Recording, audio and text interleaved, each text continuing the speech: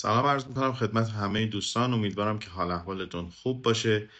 با یک قسمت دیگه از مجموعه قسمت‌های آموزش نتورک و سیسکو در زمان کوتاه در خدمتتون هستم. بنده رجایی هستم و امیدوارم که این ویدیو به دردتون بخوره. تو این ویدیو میخوایم راجع به نت با هم دیگه صحبت کنیم، چیزی که مشکل خیلی از اون دسته عزیزانی هست که به تازگی با این مفهوم آشنا شدن و دلیلش هم اینه که این یکی از مفاهیمی هست که باید تو کار خیلی باهاش دست و پنجه نرم بکنید تا بتونید به یک فهم درست ازش برسید. در وهله اول ما یک حالت رو متصوریم که بیایم یک مجموعه کاربرمون رو به این شکل از داخل شبکه‌ای که هستیم و اونا بهش وصلن بیایم و به سمت دنیای اینترنت ببریم. این مفهوم که در واقع یک گروه از کاربران دارن میرن به سمت بیرون و میخوان در واقع از اینترنت استفاده بکنن یا چیزی شبیه به اون، دسته ای از کاربران ما داریم میبریم بیرون، بهش نت داینامیک گفته میشه. داینامیک نت. در داینامیک نت اصولاً اکسس لیست وجود داره و در حقیقت ما اکسس لیستمون رو میتونیم روی اینترفیسمون نت کنیم، اینترفیس خروجیمون، یا روی یک پولی که در واقع میسازیم و میتونیم در واقع تو اون چند تا از آی پی هایی که ممکنه رو اون اینترفیس به صورت رنج تعریف شده باشه رو استفاده بکنیم.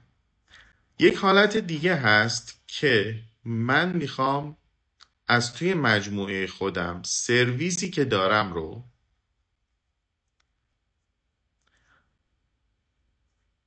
نت کنم و به بیرون دست خودم و کسایی که توی اینترنت یا تو حالا شبکه های دیگه‌ای که با من در ارتباطن هستن میخوام در واقع کاربریش رو به اونها بدم. یعنی مثلا فرضاً من اینجا یه دونه وب سرور دارم و میخوام این وب سرور رو در یک نت 1:1 به بیرون ارائه بدم. به این حالت نت اصطلاحاً استاتیک نت میگیم. از اونجایی که ما در سیسکو بحث ستیتفول نت رو داریم،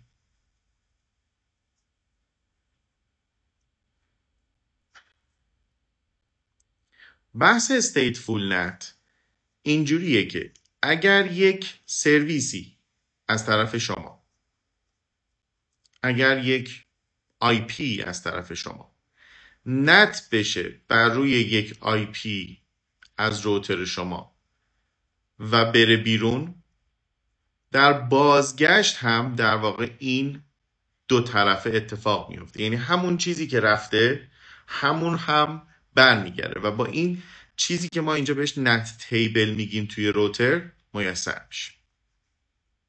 پس در حقیقت ما اصطلاحاً در مفاهیممون اون چیزی که به نام داینامیک نت هست رو به عنوان سورس نت میشناسیم عموماً،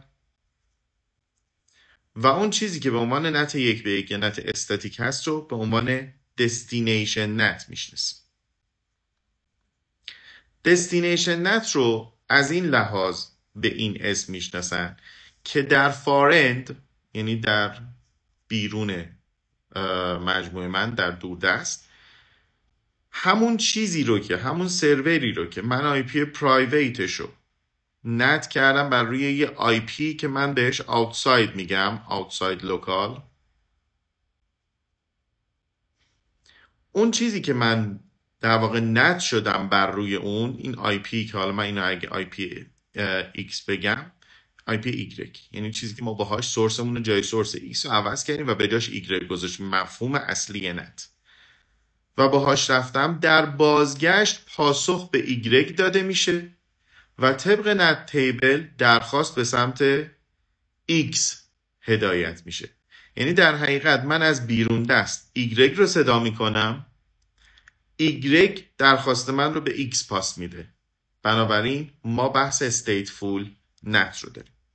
بریم این رو در قالب یک سناریو با هم دیگه ببینیم. قبل از اینکه در قالب سناریو بخوایم با هم دیگه ببینیم، یادتون باشه الان به عنوان مثال من میخوام 3 تا روتر بذارم و میخوام به روتر وسط، یعنی به روتر R2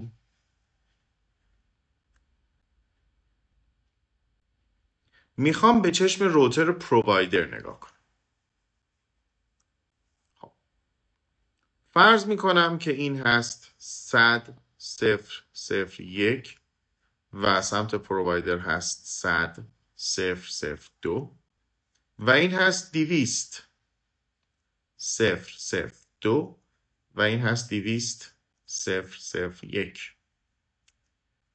اتفاقی که اینجا میفته از لحاظ روتر R1 که در اج سازمان من و R3 که در اج یک سازمان دیگه هست قرار داره، این اج سازمان منه، اینم اج یک سازمان دیگه است که در واقع به سمت پرووایدر دارم متصل میشه.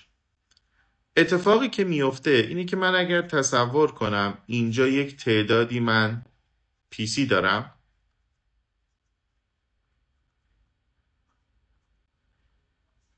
و در این دست من یک سروری دارم که قراره به اینها سرویس بده.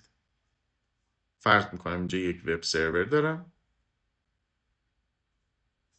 و در این سمت کلاینت هایی هستن که میخوان اون سرور رو ببینن. همونطوری که معتقد هستیم، همونطوری که میدونیم، من هیچ وقت از روتر پرووایدر انتظار ندارم که روت رو برای مثلا این شبکه 192 168 10 صفری اینجای من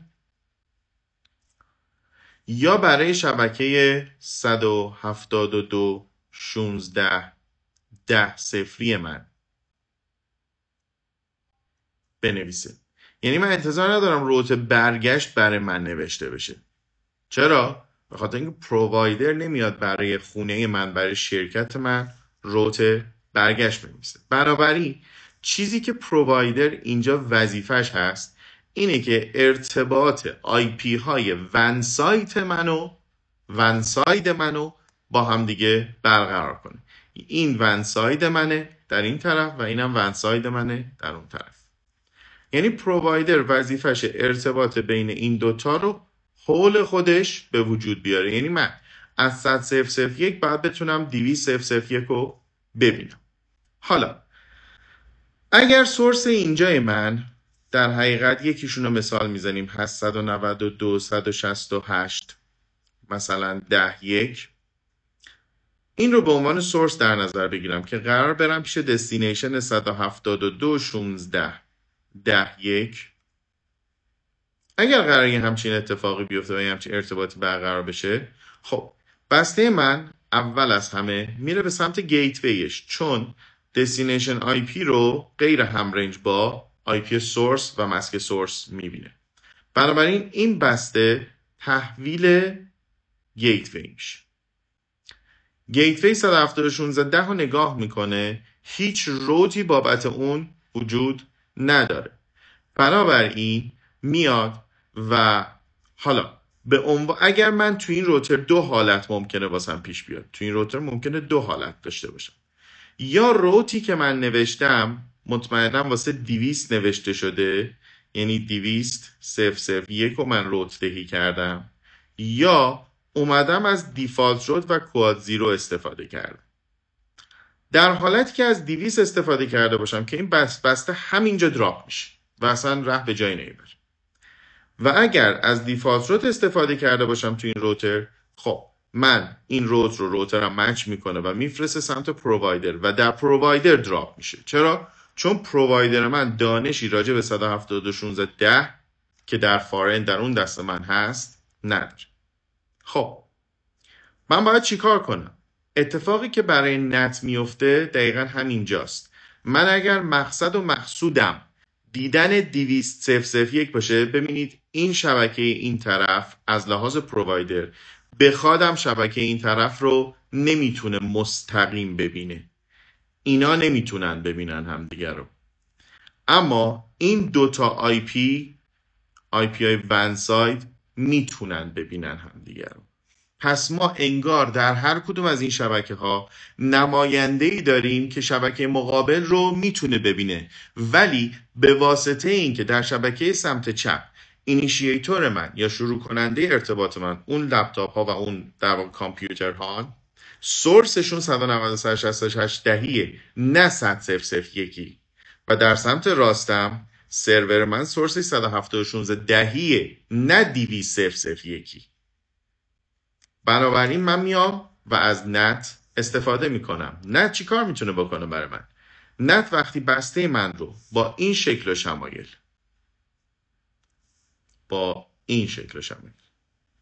دریافت میکنه، میاد و جای سورس 192.168 دهیکی من در روتر عوض میشه با 100.0.0 مثلا 1 و من قطعا نمیخوام برم به دستینیشن 172.16 دهیک، من میخوام این دفعه برم به دستینیشن 200.0.01 و قصدم فعلا فقط این میخوام باشه که 200.0.01 رو ببینم. خب اگر من با 100.0.01 برم سراغ 200.0.01 میتونم این کار رو بکنم. پس این به این میسر.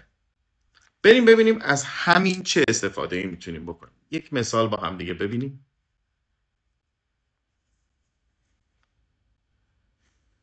خب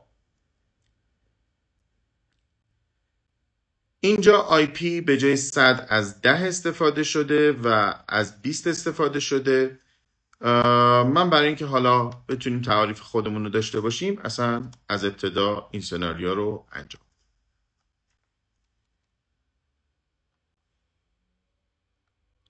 میایم اینجا ست روتر،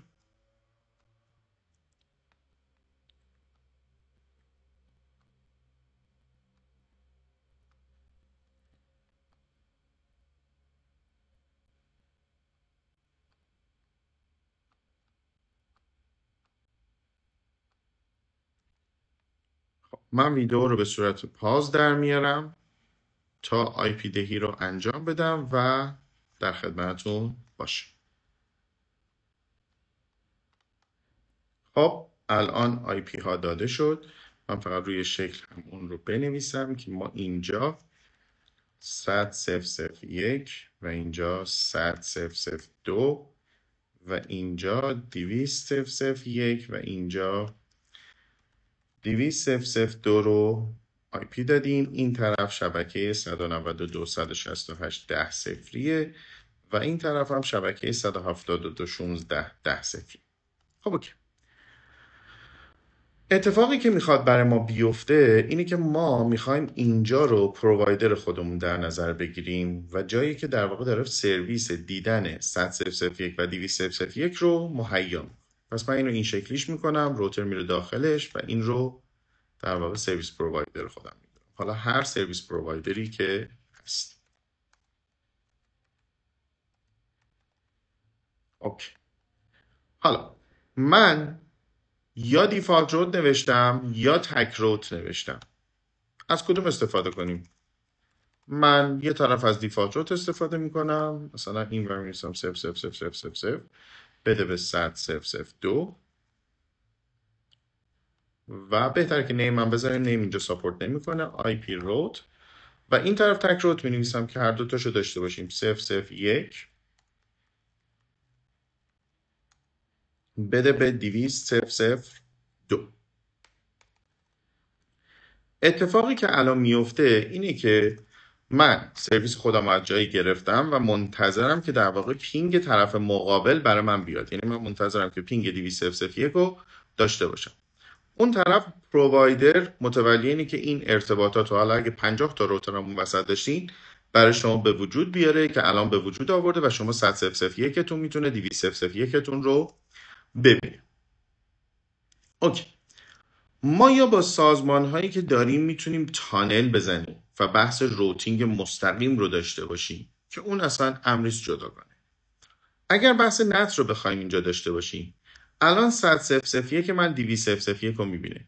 من میخوام کاری کنم که بتونم، من که نمیتونم از لپتاپ این طرف سرور این طرف رو مستقیم ببینم. پرووایدر اون وسطه، پرووایدر روتای برگشت واسه من نمی نویسه. بنابراین من میخوام کاری کنم که از این لپتاپ بتونم این 200.0.01 رو ببینم. لازمه دیدن 200.0.01 اینه که روتر اینجا برگشت رو بنویسه. خب ما میگیم این روتر خودمون رو مینویسیم مثلا. پرووایدر باز نمیاد برگشت 192 منو به 100.0.0.1 برگردونه. بنابراین یه مسئله اینجا وجود داره. من با 192.168 هم از این روتر نمیتونم خارجی بشم که برگردم بهش. یعنی اگر با این آی پی برم بیرون، میرم بیرون ولی بر نمیگردم بهش.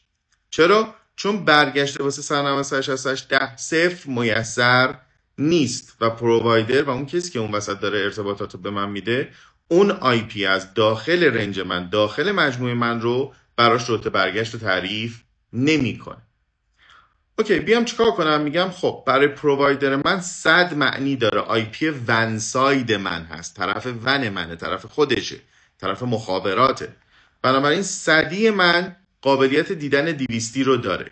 یعنی الان من ارتباط بین 100.0.0.1 و 200.0.0.1 رو برقرار کرد.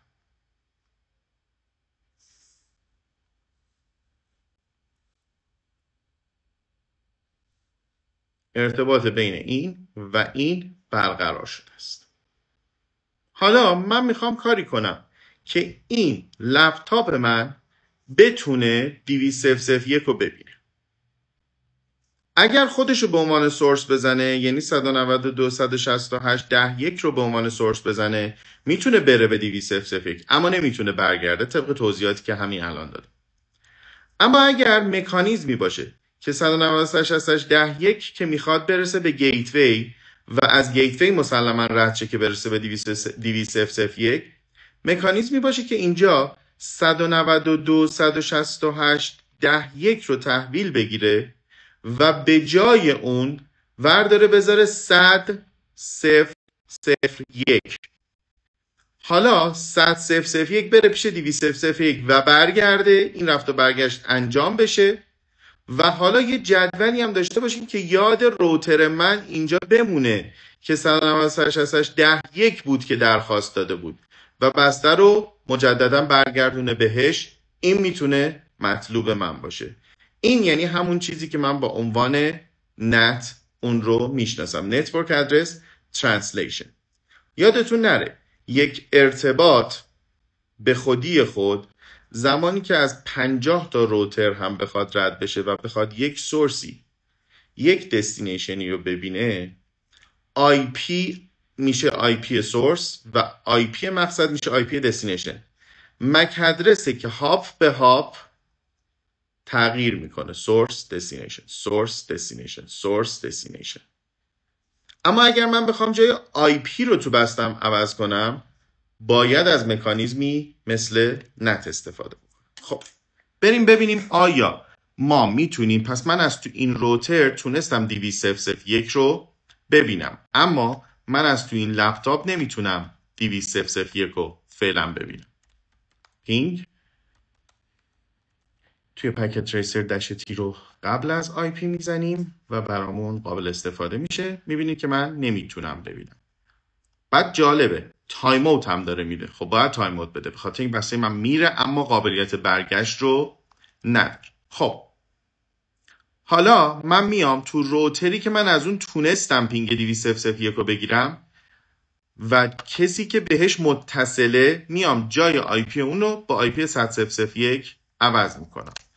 آی پی اکسس لیست من میخوام از نت داینامیک استفاده کنم برای سورس نتی که دارم انجام میدم. آی پی اکسس لیست استاندارد نت تست پرمیت. حالا یا میتونم نتورک پرمیت بدم یا میتونم هاست پرمیت بدم. من تک هاست پرمیت میدم. هر سه تاشون رو به صورت هاست پرمیت میدم. 192.168.10.1 10.2 10.3. شما نخواستین نتورک رو پرمیت بدین، بستگی به کیس شما داره.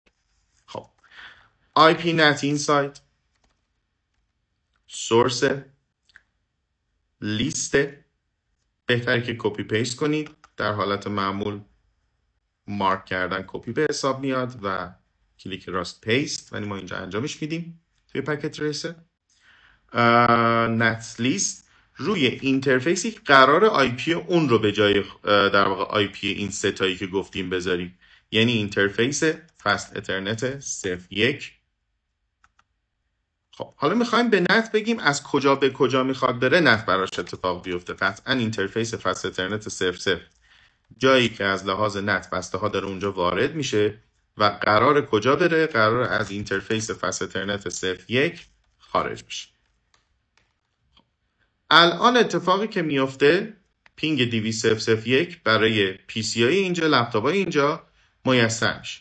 کافیه من الان بیام کاری بکنم که این سرور یعنی 172.16.10.1 وقتی که میخواد بیاد از اینجا بره بیرون خودشو 20001 معرفی کنه به دنیای بیرون. یعنی با فرض اینکه با دونستن اینکه ما در سیسکو بحث stateful نت رو داریم و هر رفتنی برگشتن رو هم شامل میشه، من میدونم اگر 172.16.10.1 رو به جای 20001 بذارم این یعنی اینکه اگر از بیرون کسی مقصد خودش رو 20001 بذاره و 20001 رو صدا بکنه، وقتی که به 20001 رسید بابت نوشتن نت من بسته هاش میرن سراغ 172.16.10.1. حالا این طرف میخوایم دستینیشن نت رو اصطلاحاً انجام بدیم.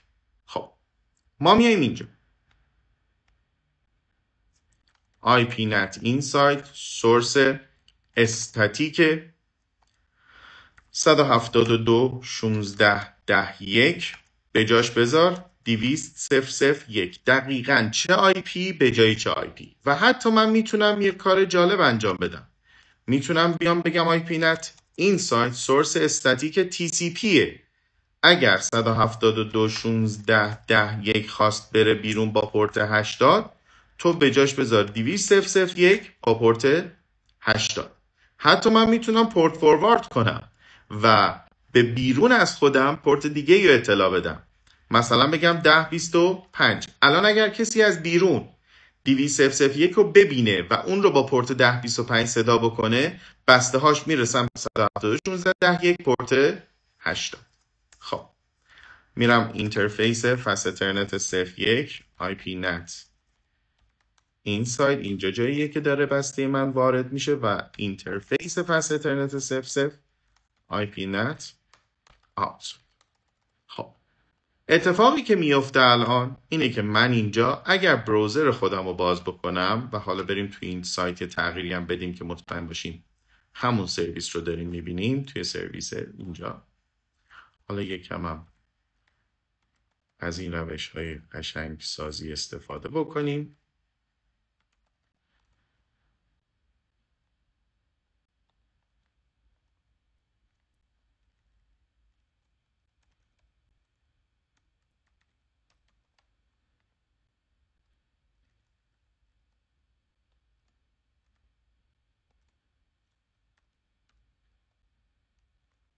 خب